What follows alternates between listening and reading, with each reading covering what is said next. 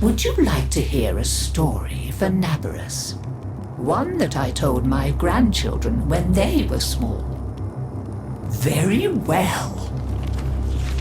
Long ago, in the Orokin days, a golden people lived in spoiled luxury. If a body wore out, why, they would take a new one as easily as plucking a maprico. Such was the mystery of the Kuva. So, what became of death and disease? Oh, they were abundant, but not for the Orokin. They were above petty death.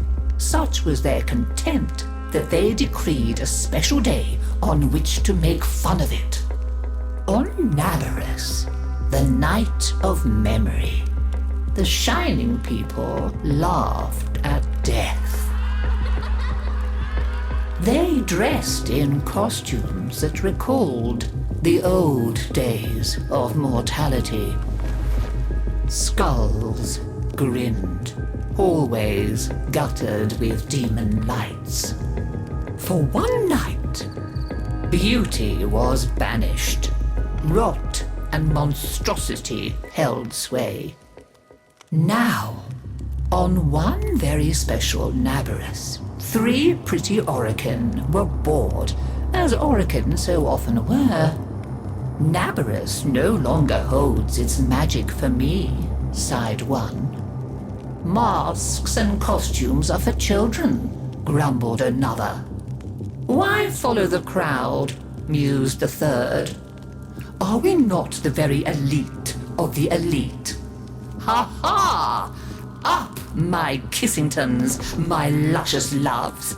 Send for blue Kuva and hot lights. I have a sport that will mend all. And in the corridor, behind a curtain, a solitary silent girl heard them and said nothing. Then the 3 were very wicked. For what do you think they did? Down into the streets they went, and they caught 3 poor Ostrans and bore them back to their gilded halls. One they peeled like a fruit and decked out with glassy splinters, and his naked jaws went chitter-chatter-snap. And it echoed all around. Scarlet footprints he left. Another's limbs they twisted and wrenched his neck, and made a bundle of him until he scuttled upsy-downsy like a horrid crab. With his sockets all empty and his stretched-out nose snuffling. The third they pulled thin in hand and foot.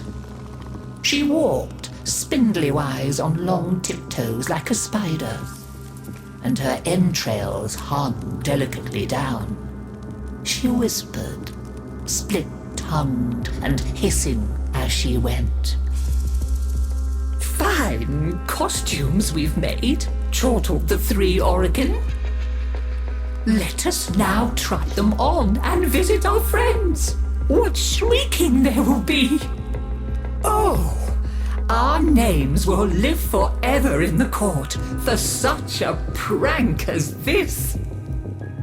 Now, the silent girl brought them their blue Kuva, so they could take on these twisted bodies for only a short time before returning to their own.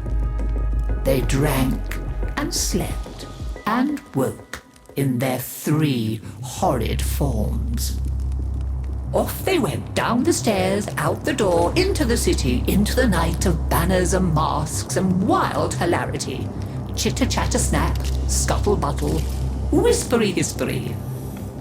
As you can imagine, there were many screams and laughs. Such cleverness, such wit. But in a high room of the tower, the silent girl looked at the faces of the 3 sleeping Orokin. She went and opened a little ivory door that she was not supposed to know about, and drew forth a flask that she would have been glassed for even looking at. A flask of crimson kuva, the scarlet seal upon continuity, permanent. And she tipped it down 3 cruel throats. With a little laugh, she went skating away, never to return. There were many screams that Naberus night, but when the sun came up, none screamed so loud as the 3 who found that they were trapped in the hideous bodies they themselves had fashioned, forever and ever. So, listen carefully, Tenno, and beware, for you may hear them coming tonight. Whispery-hispery on long stalking bones, scuttle-buttle with his eyes all empty, and skinless, dripping-handed, chitter-chatter-snap. Happy Naberus!